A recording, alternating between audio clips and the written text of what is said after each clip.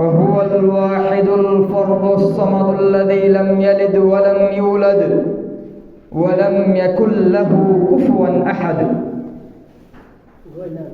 أما بعد، فيا عباد الله، إن أصدق الحديث كتاب الله، وخير الهدى هدى محمد صلى الله عليه وسلم، وشر الأمور محدثاتها، وكل محدثة بدعة، وكل بدعة ضلالة، وكل ضلالة في النار. يا عباد الله، وحدوا الله تبارك وتعالى، فإن التوحيد رأس الطاعات، واتقوا الله في السر والعلن. أوصي أولا بنفسي وإياكم تقوى الله، فإن التقوى ميلاك الحسنات. عباد الله، اتقوا الله حيثما كنتم، وتزودوا فإن خير الزاد التقوى. فقد قال الله تعالى عز وجل في كلامه المجيد وفرقانه الحميد: إنه من يشرك بالله فقد حرم الله عليه الجنة ومأواه النار وما للظالمين من أنصار. وقال تعالى في كلامه المجيد: ومن يشرك بالله فقد ضل ضلالا بعيدا। সম্মানিত সমবেত মুসল্লিবৃন্দ, আমরা সর্বাগ্রে প্রশংসা করছি সেই মহান রব্বুল আলামিনের জন্য, যেই মহান প্রতিপালক, আমাদের সৃষ্টিকর্তা, আমাদের রিজিক দাতা, আমাদের হায়াত ও মৌতের মালিক, যে মহান প্রতিপালক আমাদেরকে তার মনোনীত ধর্ম, সর্বশ্রেষ্ঠ দ্বীন ইসলামকে তার সর্বশ্রেষ্ঠ নবী ও রাসূলের মাধ্যমে আমাদের মাঝে পৌঁছে দিয়েছেন। সেই মহান প্রতিপালকের জন্য প্রশংসা করে সকলেই বলি আলহামদুলিল্লাহ। আমরা প্রশংসা করলাম কার? প্রশংসা করব কার? সকল ক্ষেত্রে, সকল অবস্থায়, সকল প্রশংসা পাওয়ার একচ্ছত্র অধিপতি কে? সেই আল্লাহ রব্বুল আলামিনের জন্য প্রশংসা আছে না নাই? আমরা আরো একবার বলি আলহামদুলিল্লাহ। সকলেই আমার সাথে বলুন: ইয়া রব্বি লাকাল হামদু কামা ইয়ানবাগি লিজালালি ওয়াজহিকা, কামা ইয়ানবাগি লিজালালি ওয়াজহিকা ওয়া আযীমি সুলতানিক। সম্মানিত সমবেত মুসল্লিবৃন্দ, আল্লাহর রাসূল সাল্লাল্লাহু আলাইহি ওয়াসাল্লাম বলছেন, আল্লাহর রাসূলের এক সাহাবী এই দোয়াটা পাঠ করছেন: ইয়া রব্বি লাকাল হামদু কামা ইয়ানবাগি লিজালালি ওয়াজহিকা ওয়া আযীমি সুলতানিক। আল্লাহর প্রশংসা করে এই দোয়াটা যখন তিনি পাঠ করছেন, আল্লাহর রাসূল বললেন যে আল্লাহ রাব্বুল আলামিন ফেরেশতাদেরকে জিজ্ঞাসা করলেন যে আমার বান্দা কি বলেছে। ফেরেশতারা যখন বলল, তখন আল্লাহ রাব্বুল আলামিন বলছেন যে আমার বান্দা যেটা বলেছে তুমি ওইটাই লিখে রাখো। আমরা কোনো ভালো কাজ করলে, আল্লাহর ইবাদত করলে, ফেরেশতারা নেকি লিখে রাখে না? নেকি লিখে রাখে না? এই দোয়াটা পাঠ করলে আল্লাহ রাব্বুল আলামিন বলছেন নেকি লেখার দরকার নাই, বান্দা যা বলেছে ওইটাই লিখে রাখো। আমার সাথে যখন বান্দা সাক্ষাৎ করবে, ওইটার বিনিময় কি হবে সেটা আমি দিব। তার মানে আমরা যেই দোয়াটা একটু আগে পড়লাম, সেই দোয়ার নির্ধারিত কোনো নেকি নাই। আল্লাহ রাব্বুল আলামিন তিনি খুশি হয়ে যা দিবেন সেটাই। প্রতিযোগিতার পরে পুরস্কার বিতরণ করা হচ্ছে, সবাইকে পুরস্কার দেওয়া হচ্ছে, একই পুরস্কার। যিনি পুরস্কার দিচ্ছেন তিনি একজন বান্দাকে, একজন প্রতিযোগীকে ডেকে বললেন যে তুমি আমার সাথে ভিতরে আসো, তোমার পুরস্কার আমি দেব। তার মানে যাকে নির্দিষ্ট করে খাস করে ডেকে নিয়ে যাওয়া হবে, তাহলে তার পুরস্কারটা কি অন্য সবার চেয়ে আলাদা হবে না? অন্য সবার চেয়ে ভালো হবে না? আল্লাহ রাব্বুল আলামিন বলছেন এইটা এমন একটা দোয়া যেই দোয়া বলার পরে নেকি লেখার দরকার নাই। ফেরেশতাদেরকে বলছেন যা বলেছে ওইটাই লিখে রাখা হবে খাতার মধ্যে, এর নেকি আমি নিজে দিব। সুবহানাল্লাহ। ওই আল্লাহ রাব্বুল আলামিনের আরো একবার প্রশংসা করি আলহামদুলিল্লাহ। আমরা এমন এক সত্তার প্রশংসা করছি, আমরা এমন এক সত্তার ইবাদত করি যেই সত্তা তিনি সব কিছু জানেন। কেউ যেটা পারে না সেটা পারে কে? কেউ যেটা জানে না সেটা জানে কে? আমরা সেই রবের প্রশংসা করি, সেই রবের ইবাদত করি।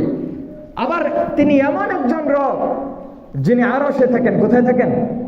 আরশে আজিমে থাকেন। আমরা বিদআতীদের মতো বলবো না যে তিনি সর্বত্র বিরাজমান। আল্লাহ রাব্বুল আলামিন কোথায় আছেন? তিনি আরশে আছেন। আল্লাহ রাব্বুল আলামিন বলছেন আর রহমানু আলাল আরশি ইস্তাওয়া। রহমান তিনি আরশের উপরে উঠেছেন, সমুন্নত হয়েছেন।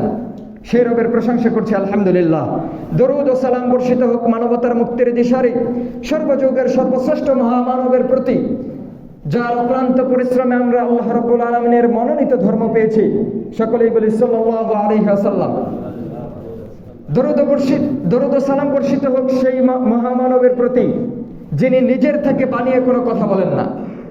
যেই নবীর আরো একটা বৈশিষ্ট্য হচ্ছে তিনি যা বলেন সেটা আল্লাহ রাব্বুল আলামিনের পক্ষ থেকে ওহী। আল্লাহ তাআলা বলছেন ওমা ইয়ানতিকু আনিল হাওয়া। তিনি নিজের পক্ষ থেকে বানিয়ে একটা শব্দও বলেন না। ইন হুয়া ইল্লা ওয়াহয়ু ইউহা। তিনি যা বলেন সেটা কার পক্ষ থেকে আসে? আল্লাহ রাব্বুল আলামিনের পক্ষ থেকে আসে। আবার সেই নবী হচ্ছেন এমন একজন নবী যার ব্যাপারে আল্লাহ রাব্বুল আলামিন ঘোষণা দিয়েছেন যে কুল আনা বাশারুম মিথলুকুম ইউহা ইলাইয়া আন্নামা ইলাহুকুম ইলাহু ওয়াহিদ। হে নবী আপনি বলে দিন আমি তোমাদের মতোই মানুষ, আমি তোমাদের মতোই মানুষ, মাটির তৈরি মানুষ। আমি মায়ের গর্ভে জন্ম লাভ করেছি, দুনিয়াতে আগমন করেছি, আবার তোমাদের মতোই মৃত্যুবরণ করে চলে যাও। এক শ্রেণীর মানুষ বলে যে নবী মৃত্যুবরণ করেন নাই, এখনো জিন্দা আছেন কবরের মাঝে, আছে না? অথচ আল্লাহ রাব্বুল আলামিন তার কোরআনে বলে দিচ্ছেন হে নবী আপনি আপনার উম্মতদেরকে বলে দিন আনা বাশারুম মিসলুকুম, আমি তোমাদের মতোই একজন মানুষ। যে নবী গায়েব জানেন না, গায়েবের খবর একমাত্র জানেন হচ্ছে আল্লাহ রাব্বুল আলামিন। গায়েবের খবর শুধুমাত্র আল্লাহ রাব্বুল আলামিন তিনিই বলতে পারেন। আল্লাহ রাসূলকে জিজ্ঞাসা করা হলো হে নবী কিয়ামত কবে হবে? আল্লাহ রাসূল বললেন আমি জানি না, এর খবর আমার কাছে নাই। গায়েবের খবর আছে শুধু আল্লাহ রাব্বুল আলামিনের কাছে। এক শ্রেণীর মানুষ বলে যে নবী গায়েব জানতেন। আল্লাহ রাসূল যদি গায়েবই জানতেন, আল্লাহ রাসূলকে খাবারের মাঝে বিষ মিশিয়ে খেতে দেওয়া হয়েছিল, তিনি সেটা মুখে দিয়েছিলেন। মৃত্যুর আগে সেই বিষের যন্ত্রণায় তিনি ভুগেছেন। তিনি যদি গায়েব জানতেন সেই খাবার খেতেন? বলতে পারতেন না ওইটার মধ্যে বিষ আছে। এই জন্য আকীদা হতে হবে সাফিয়া, পরিষ্কার নির্ভেজাল তাওহীদের আকীদা আমাদেরকে লালন করতে হবে, জানতে হবে, শিখতে হবে। সম্মানিত সমবেত মুসল্লিবৃন্দ, প্রিয় ভাইরা, আজকে আমরা সংক্ষিপ্ত সময়ের ভিতরে যে জিনিসটি নিয়ে আলোচনা করব সেটি হচ্ছে শিরক। দুনিয়াতে দুইটা পাপ আছে যার নিজস্ব শক্তি আছে। একটা হচ্ছে শিরক আর একটা হচ্ছে বিদআত। শিরক এমন একটা পাপ যেই পাপ করলে মানুষের জিন্দেগির পূর্বের সকল ভালো আমলগুলো বরবাদ হয়ে যায়। বিদআত এমন একটা পাপ যেই পাপ করলে মানুষের আমল নামায় আমল কবুলই হয় না। মারাত্মক দুইটা পাপ। আবার এই দুইটার পরিবর্তে আরো দুইটা ভালো কাজ আছে, সেটা হচ্ছে তাওহীদ, আরেকটা হচ্ছে সুন্নাহ। আল্লাহ রাসূল বিদায় হজের ভাষণে বলেছেন তারাকতু ফীকুম আমরাইন, আমি তোমাদের মাঝে দুইটি জিনিস রেখে যাচ্ছি, লান তাদিল্লু মা তামাসসাকতুম বিহিমা, যতক্ষণ এই দুইটা জিনিস মজবুত ভাবে আঁকড়ে ধরে থাকবা ততক্ষণ পর্যন্ত পথভ্রষ্ট হবে না। কিতাবাল্লাহ ওয়া সুন্নাত নবিয়িকুম, একটা হচ্ছে আল্লাহ রাব্বুল আলামিনের কিতাব, আরেকটা হচ্ছে তোমার নবীর সুন্নাত, তোমার নবীর মতাদর্শ, তোমার নবীর দেখানো পথ এবং পদ্ধতি। তার মানে দুনিয়া এবং আখিরাতের সফলতা নিহিত রয়েছে আল্লাহ রাব্বুল আলামিনের তাওহীদ বাস্তবায়নের মাধ্যমে এবং বিশ্বনবী মুহাম্মদুর রাসূলুল্লাহ সাল্লাল্লাহু আলাইহি ওয়াসাল্লামের পথ এবং পদ্ধতি অনুসরণ এবং অনুকরণের মধ্যে। সম্মানিত সমবেত মুসল্লিবৃন্দ, আল্লাহ রাব্বুল আলামিন দুনিয়াতে পথ ভ্রষ্ট মানুষদেরকে হেদায়েতের পথে আনার জন্য যুগে যুগে অসংখ্য নবী এবং রাসূলগণ প্রেরণ করেছেন। দুনিয়াতে যত নবী রাসূলগণ এসেছেন, আদম আলাইহিস সালাতু ওয়াস সালাম থেকে শুরু করে বিশ্বনবী মুহাম্মদুর রাসূলুল্লাহ সাল্লাল্লাহু আলাইহি ওয়াসাল্লাম পর্যন্ত প্রত্যেকেরই মিশন ছিল একটাই, সেটা হচ্ছে আল্লাহর জমিনে তাওহীদকে প্রতিষ্ঠা করা। কি প্রতিষ্ঠা করা? তাওহীদকে প্রতিষ্ঠা করা। প্রত্যেক নবী তার উম্মতকে দাওয়াত দিয়েছেন। আল্লাহ রাব্বুল আলামিন কোরআনে বলছেন, প্রত্যেক নবী তার উম্মতদেরকে বলতেন, ইয়া কওমি ইবুদুল্লাহা মা লাকুম মিন ইলাহিন গায়রুহু, হে আমার সম্প্রদায়, আল্লাহ রাব্বুল আলামিনের ইবাদত করো একনিষ্ঠ চিত্তে, শুধু তার ইবাদত করবা, অন্য কারো ইবাদত করবা না। ইয়া কওমি ইবুদুল্লাহা মা লাকুম মিন ইলাহিন গায়রুহু, যিনি ছাড়া তোমাদের আর দ্বিতীয় কোনো সত্য ইলাহ নেই, ওই এক আল্লাহর ইবাদত করবা। প্রত্যেকটা নবী রাসূল দুনিয়াতে আগমন করেছেনই এই একটি বাক্যের ঘোষণা দেওয়ার জন্য এবং এই দাওয়াতের প্রচার এবং প্রসার করার জন্য। আল্লাহ রাসূল সাল্লাল্লাহু আলাইহি ওয়াসাল্লামকে আল্লাহ রাব্বুল আলামিন ডেকে বলছেন, আনজির আশিরাতাকাল আকরাবিন, হে নবী, আপনি আপনার নিকট আত্মীয়দেরকে সতর্ক করুন। আল্লাহর রাসূল এই আয়াত নাজিল হওয়ার পরে পাহাড়ের চূড়ায় উঠে গেলেন, তার উম্মতদেরকে ডাক দিলেন, তার স্বজাতীয় স্বগোত্রের নেতৃস্থানীয় লোকদেরকে ডেকে ডেকে বললেন, শোনো, আমি যদি বলি আমি যেই পাহাড়ের উপর দাঁড়িয়ে আছি, এই পাহাড়ের অপর প্রান্তে শত্রুপক্ষ অপেক্ষা করছে, যে কোনো সময় তোমাদের উপর আক্রমণ করতে পারে, তোমরা কি বিশ্বাস করবা? তোমরা কি বিশ্বাস করতে পারো? তারা বলছে, আমরা তো আপনাকে ছোটবেলা থেকে আলামিন হিসেবে পেয়েছি, সবসময় আপনি সত্য কথা বলেন, কেন আপনার কথা বিশ্বাস করবো না? তখন আল্লাহ রাসূল ঘোষণা দিচ্ছেন, এই কথার চেয়েও একটা বড় সত্য কথা তোমাদের কাছে জানিয়ে দিতে চাই। সেই একটি সত্য কথা যদি তোমরা মেনে নিতে পারো, তোমরা গোটা আরব বিশ্বের মালিক হয়ে যাবা। অনারবী যারা আছে তারা তোমাদের দাসত্ব করবে, তোমাদের দেশে থাকতে হলে ট্যাক্স দিয়ে, কর দিয়ে থাকবে। সেই কথাটা কি মানবা? নেতারা ক্ষমতা পাওয়ার জন্য তো সবাই খুশি, তাই না? ক্ষমতা পেলে কে না খুশি হয়? সবাই বলছে যেহেতু আরব বিশ্বের মালিক হয়ে যাব, অনারবীরা আমাদের গোলামি করবে, বলেন কি কথা মেনে নিব? আল্লাহ রাসূল বলছেন, কুলু লা ইলাহা ইল্লাল্লাহ তুফলিহুন, তোমরা বলো এক আল্লাহ ছাড়া সত্য দ্বিতীয় কোনো ইলাহ নেই, দ্বিতীয় কোনো মাবুদ নাই। তুফলিহুন, এই একটি কথা যদি তোমরা মেনে নিতে পারো, তোমরা দুনিয়াতেও সফল হবে, আখিরাতেও সফলতা দান করে দেবেন কে? আল্লাহ। কিন্তু কাফের মুশরিকরা এই একটি কথা মানতে পারে নাই, তারা এই একটি কথাকে মেনে নেয় নাই। আবু লাহাব এসে বলছে, ও মুহাম্মদ, তুমি এই কথা বলার জন্য আমাদেরকে ডেকেছ, এই কথা বলার জন্য যদি আজকে একত্র করে থাকো তাহলে তুমি ধ্বংস হও। আল্লাহ রাব্বুল আলামিন সাথে সাথে আয়াত নাযিল করে দিলেন, তাব্বাত ইয়াদা আবি লাহাব ওয়া তাব, আবু লাহাবের দুই হাত ধ্বংস হোক, সে নিজেও ধ্বংস হবে। সাথে সাথে আল্লাহ রাব্বুল আলামিন আয়াত নাযিল করে দিলেন। তার মানে কাফের মুশরিকরা এই একটি বাক্যের অর্থ বুঝতে পেরেছিল, লা ইলাহা ইল্লাল্লাহর অর্থ বুঝতে পেরেছিল। এই লা ইলাহা ইল্লাল্লাহ যদি মেনে নেই, আমাদের নিজেদের মন গড়া কোনো নেতামি আর চলবে না, নিজেদের মতো করে রাষ্ট্র পরিচালনা করবে তা হবে। যদি এই একটি বাক্য মেনে নেই, কাবা ঘরের ভিতরের 360টি মূর্তিকে ভেঙে টুকরা টুকরা করে দিতে হবে। এই কথা তারা বুঝেছিল, মক্কার মুশরিকরা, এই জন্য তারা এই কথাটা মেনে নিতে পারে নাই। কিন্তু আমাদের জন্য আফসোস, আমরা মুসলমান, মুসলিমদের ঘরে জন্মগ্রহণ করেছি, বংশ পরম্পরায় মুসলিম। আমার নাম আব্দুল্লাহ, নাম আব্দুর রহমান, গর্ব ভরে বলি আমি মুসলিম।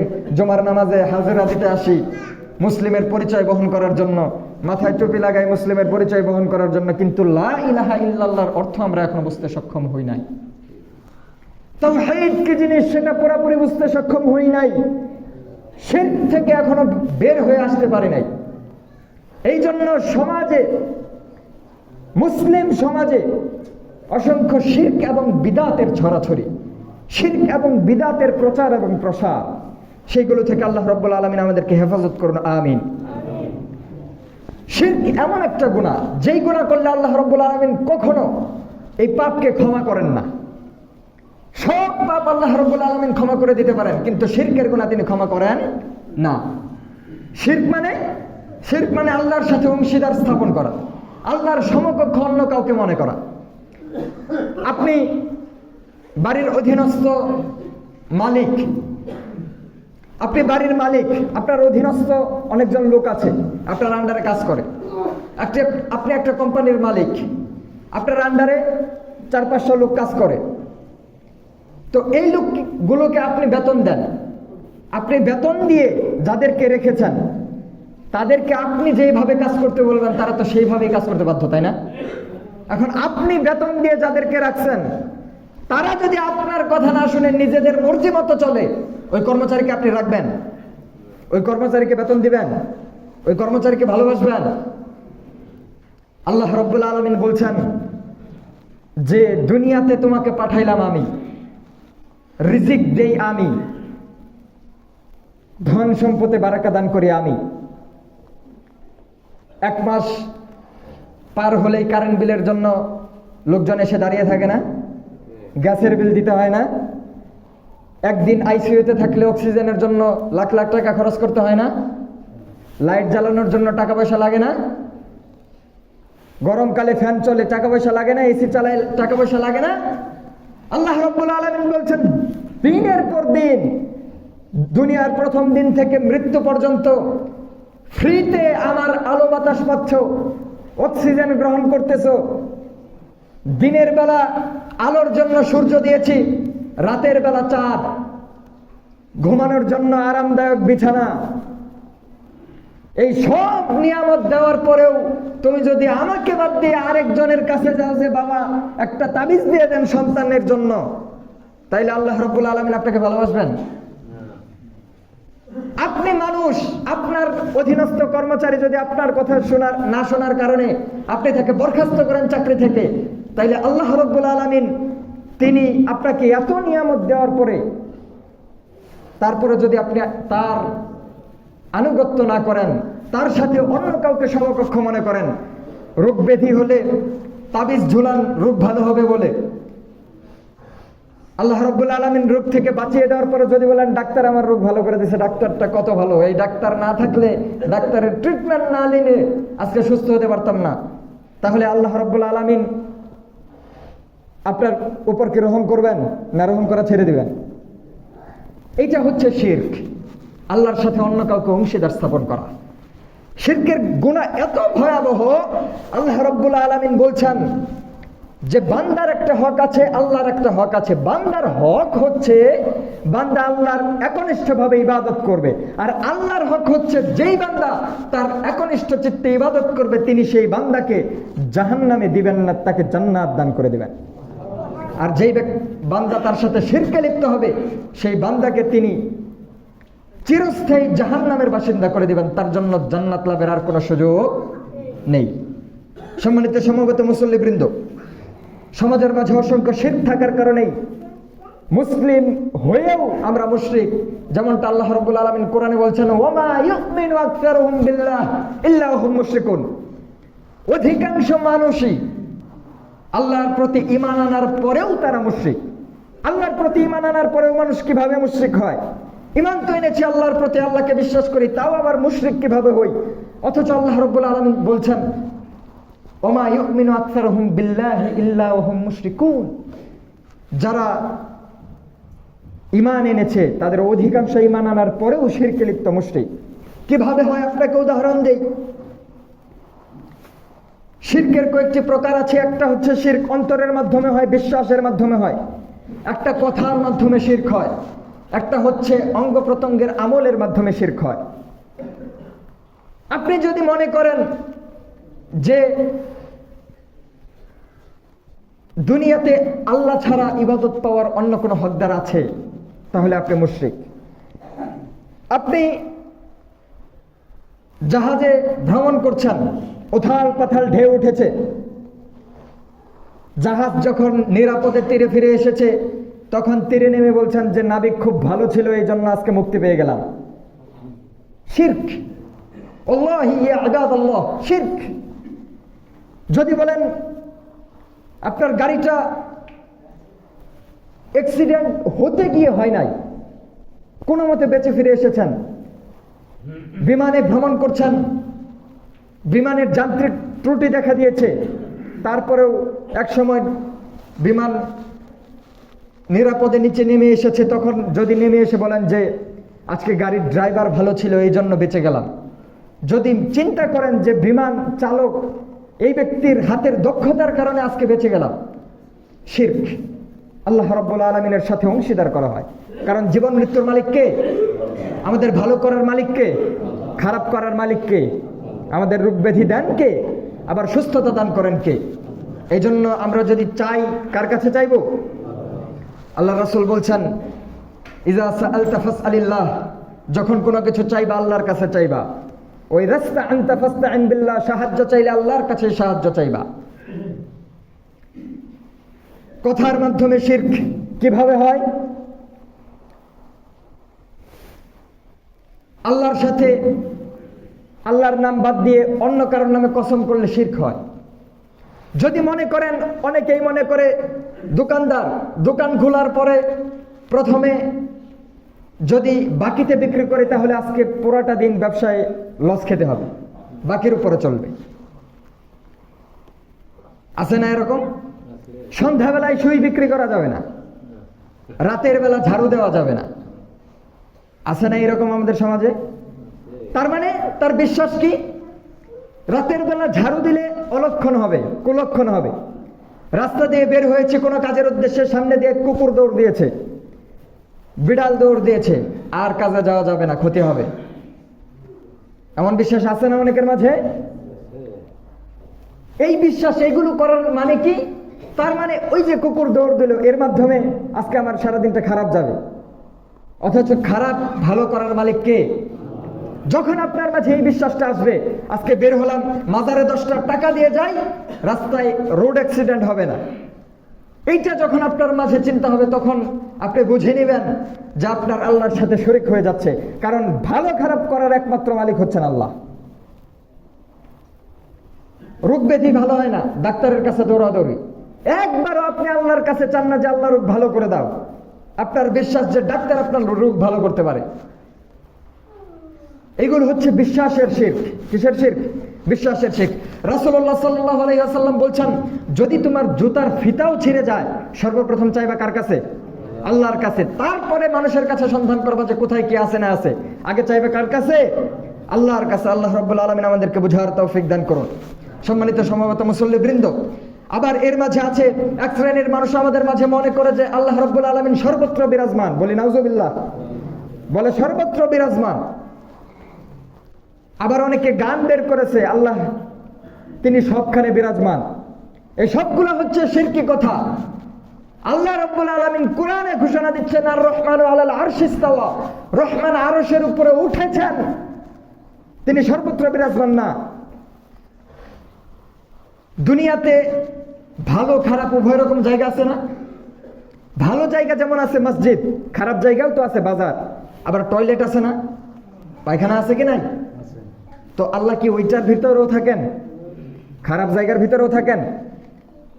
তার মানে যারা বলে যে আল্লাহ সর্বত্র বিরাজমান, এদের আকীদা তো ভালো না, ভালোই না, এদের কমন সেন্সটাও নাই।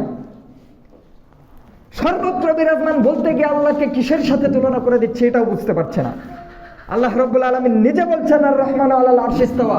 আল্লাহ রাব্বুল আলামিন কোথায় আছেন? আরশে আছেন। এই জন্য আকীদা হতে হবে পরিষ্কার। আমরা কি বিশ্বাস রাখবো? আল্লাহ রাব্বুল আলামিন কোথায় আছেন? আরশে আযীমে আছেন। আমরা কখনো বলবো না যে আল্লাহ রাব্বুল আলামিন সর্বত্র বিরাজমান। আবার এক শ্রেণীর মানুষ মনে করে যে যত আল্লাহ তত আল্লাহ,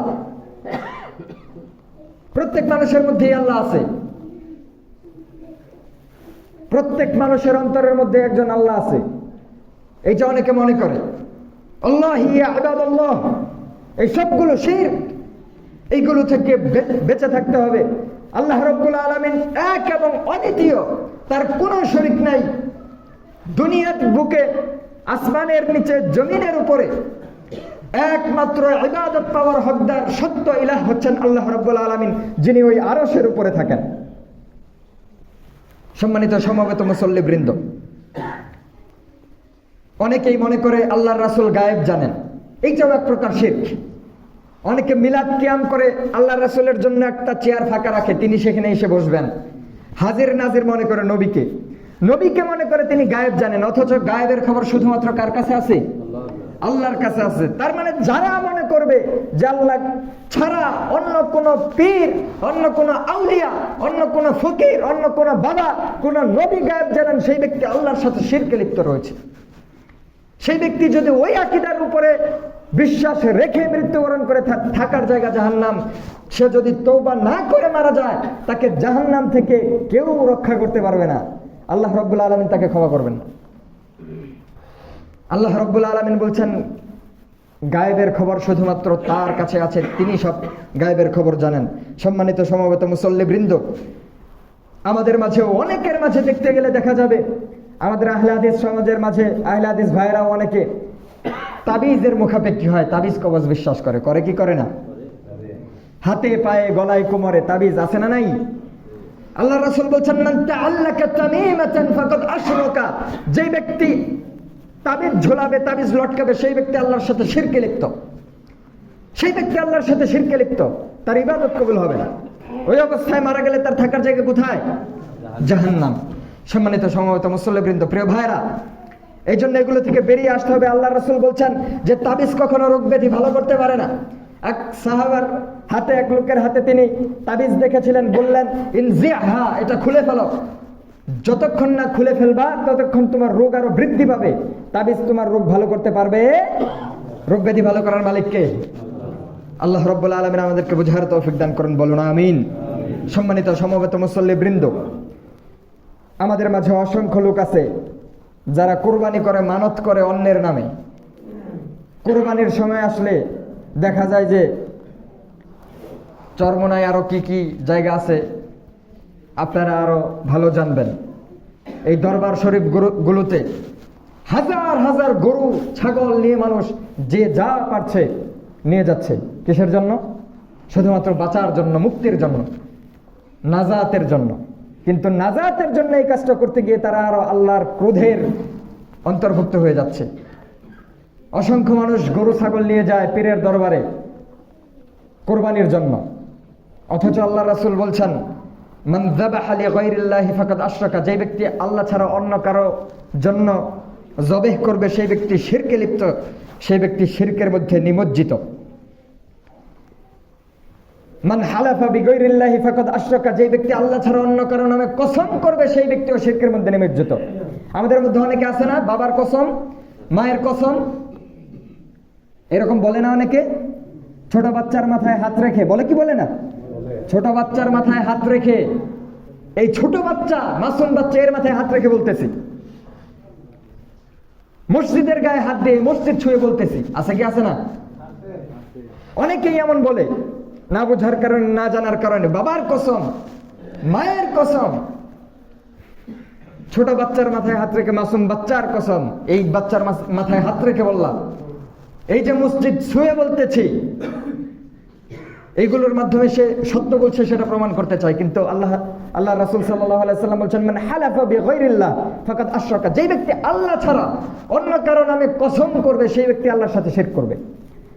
কসম যদি করতে হয় কার নামে করতে হবে? বলতে হবে আল্লাহর কসম, আল্লাহর কসম। কাবা ঘরের আল্লাহ রাসূল এইভাবে কসম করতেন, ও রব্বিল কাবা, কাবা ঘরের মালিকের কসম। কাবা ঘরের মালিক কে? কাবা ঘরের মালিকের কসম। যিনি কুরআন নাজিল করেছেন তার কসম, যিনি আমাদের রব তার কসম, আল্লাহর কসম, আমাদের মাহবুদের কসম। এইভাবে বলা যেতে পারে। কিন্তু আল্লাহ ছাড়া অন্য কারো নামে কসম করলে সেটা শিরকে পরিণত হবে। আর সেই শিরকের গুনার পরিতাপ হচ্ছে ইহকালেও ধ্বংস এবং আখিরাতেও সফলতা থেকে চির বিমুখ। সম্মানিত সমবেত মুসল্লিবৃন্দ, এজন্য আল্লাহ রাব্বুল আলামিন বলছেন ওয়া'বুদুল্লাহা মুখলিসিনা লাহুদ্দিন, ওয়া'বুদুল্লাহা মুখলিসান লাহুদ্দিন, তোমরা আল্লাহর ইবাদত করো একনিষ্ঠ চিত্তে, আল্লাহকে রাজি এবং খুশি করার জন্য, শুধু তার ইবাদত।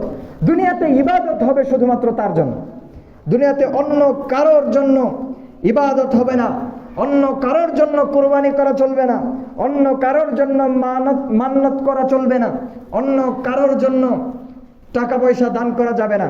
এর মধ্যে আরেকটা আছে লোক দেখানোর জন্য দান করা, লোক দেখানোর জন্য ইবাদত করা। আগের যেগুলো বললাম এইগুলো আমাদের মাঝে অনেকের মাঝে নাই, কিন্তু এখন যে জিনিসটা বলছি এই জিনিসটা ম্যাক্সিমাম 99% মানুষের মাঝে পরিলক্ষণ করা যায়। সেটা হচ্ছে লোক দেখানোর জন্য আমল করা। কি করা? মানুষকে দেখানোর জন্য আমল করা। আল্লাহ রাসূল বলছেন, ইন্নী আখাফু মা আখাফু আলাইকুম আশ-শিরক আল-আসগর। আমি তোমাদের জন্য সবচেয়ে যে জিনিসটার বেশি ভয় করি সেটা হচ্ছে ছোট শিরক। ছোট শিরক কি? আর রিয়া, লোক দেখানোর জন্য আমল করা, মানুষকে দেখানোর জন্য ইবাদত করা। আমি সমাজের নেতা গোছের লোক, সমাজের চেয়ারম্যান, আমি যদি মসজিদের প্রথম কাতারে শুক্রবারে না আসি, মানুষে কি বলবে?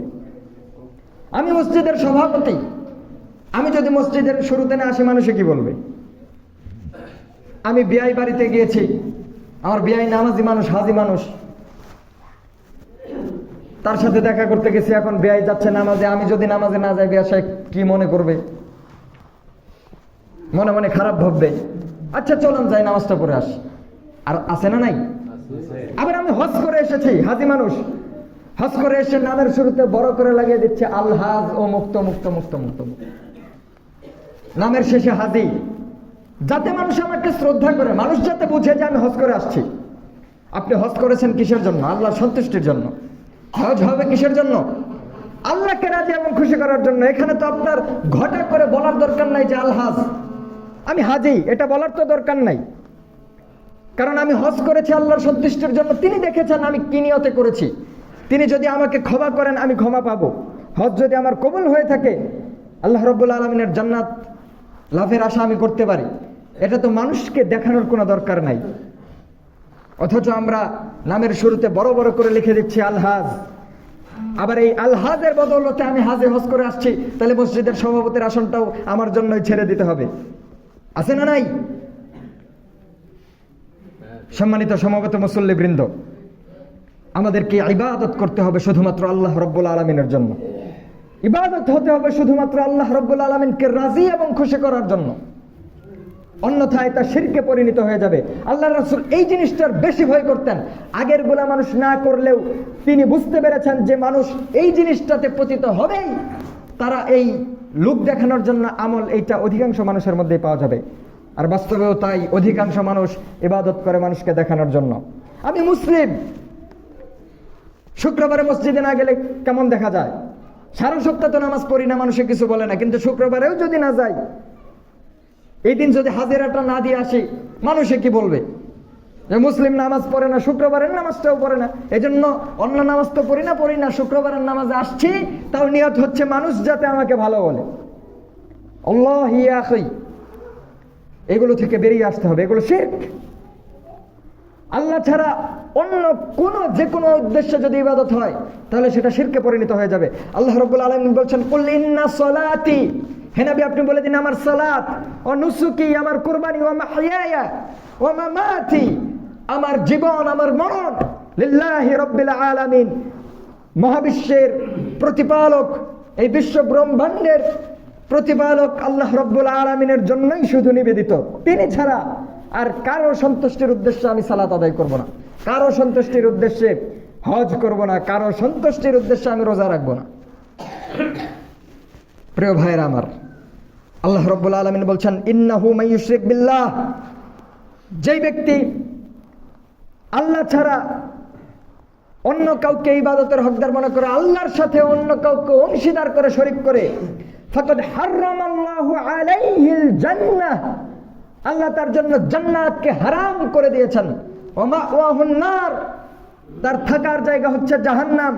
ওয়া মা লিয-যালিমিনা মিন আনসার, কিয়ামতের দিন আল্লাহর আযাব থেকে কোনো শক্তি নেই তাকে রক্ষা করতে পারে। যে ব্যক্তি শিরকের উপরে থেকে মৃত্যুবরণ করবে, কেউ তাকে আল্লাহর আযাব থেকে বাঁচাতে পারবে না। আল্লাহ রাব্বুল আলামিন বলছেন, ইন্নাল্লাহা লা ইয়াগফিরু আন ইউশরাকা বিহি ওয়া ইয়াগফিরু মা দুনা যালিকা লিমান ইয়াশা, আল্লাহ শিরক ছাড়া সকল গুনাহ খাতাকে চাইলেই ক্ষমা করে দিতে পারেন।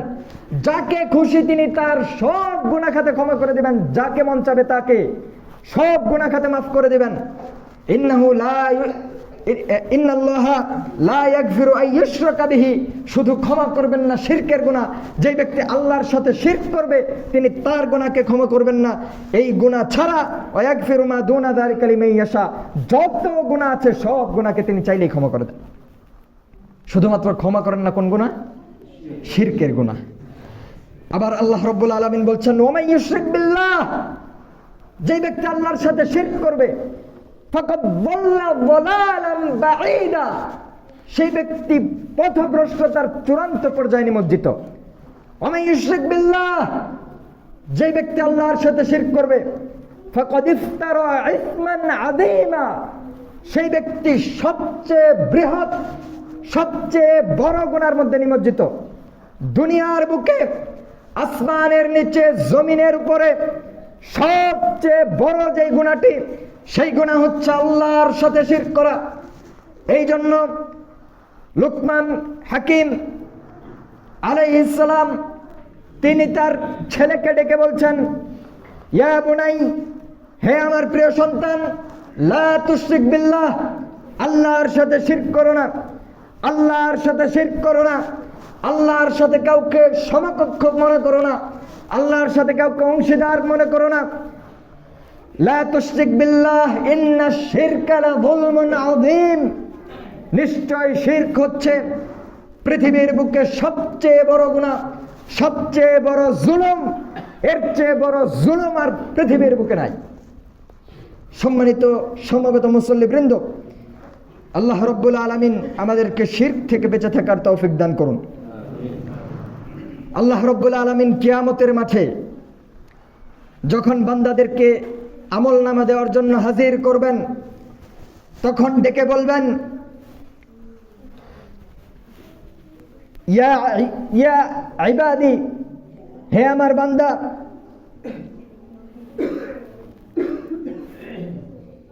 ইন আতাইতানি বিকুরাবিল আরদি খাতায়া, তুমি যদি আমার সাথে আসমান জমিন সমপরিমাণ পাপ নিয়ে সাক্ষাৎ করো।